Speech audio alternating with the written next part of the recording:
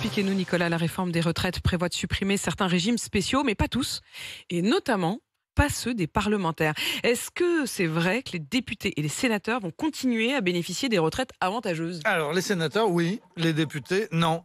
Les parlementaires des deux chambres ont un régime spécial qui verse une pension aux élus retraités, mais régime autonome ne veut pas dire forcément régime privilégié.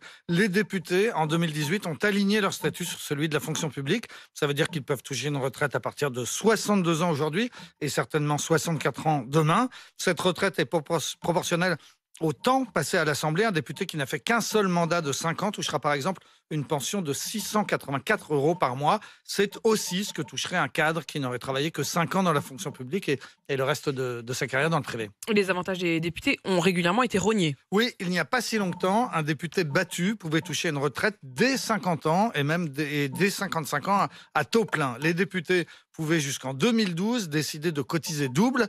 Leurs indemnités étaient rognées, mais en 5 ans seulement, ils se garantissaient une retraite de 1 200 € par mois. Les pensions de reversion qu'ils laissent à leurs conjoints après leur mort étaient bien plus intéressantes que celles du commun des mortels, c'est le cas de le dire.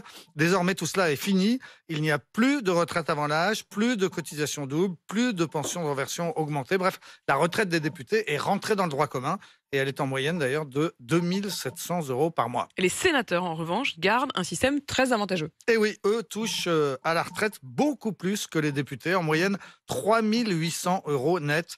Et un sénateur qui n'a fait qu'un seul mandat de 6 ans touchera une retraite de 2 190 € net. C'est donc beaucoup plus que les 600 € d'un député. Les sénateurs n'envisagent pas de revenir sur ce régime de privilégiés. Un député a osé le suggérer il y a quelques jours, mais il s'est fait pourrir par les sénateurs. Les élus du Palais du Luxembourg expliquent que leur régime autonome est à l'équilibre, que le Sénat finance seul ses retraites sans l'aide de l'État. Donc pour eux, il n'y a pas de raison de les remettre en cause. Ils oublient juste une chose, ils oublient de dire que ce régime est financé pour moitié par une cagnotte qui est placée principalement dans l'immobilier. Et cette cagnotte a bien sûr été financée par les impôts des Français.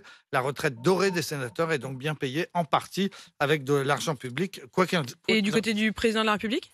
Alors là, on est dans un régime très très spécial. Depuis 1955, les anciens présidents, à partir du jour où ils quittent l'Élysée, reçoivent une dotation de 6 000 € par mois jusqu'à la fin de leur vie. La somme a été calculée pour correspondre à peu près au salaire d'un conseiller d'État. Et les anciens présidents touchent cette dotation quel que soit leur âge. En l'occurrence, Emmanuel Macron aura donc le droit à cette retraite à 49 ans, sauf qu'en l'occurrence, il a déjà fait savoir qu'il comptait renoncer à cette dotation. Et donc, président de la République, c'est le seul métier où l'on pourrait gagner beaucoup plus à la retraite qu'en activité. Les explications de Nicolas Poincaré.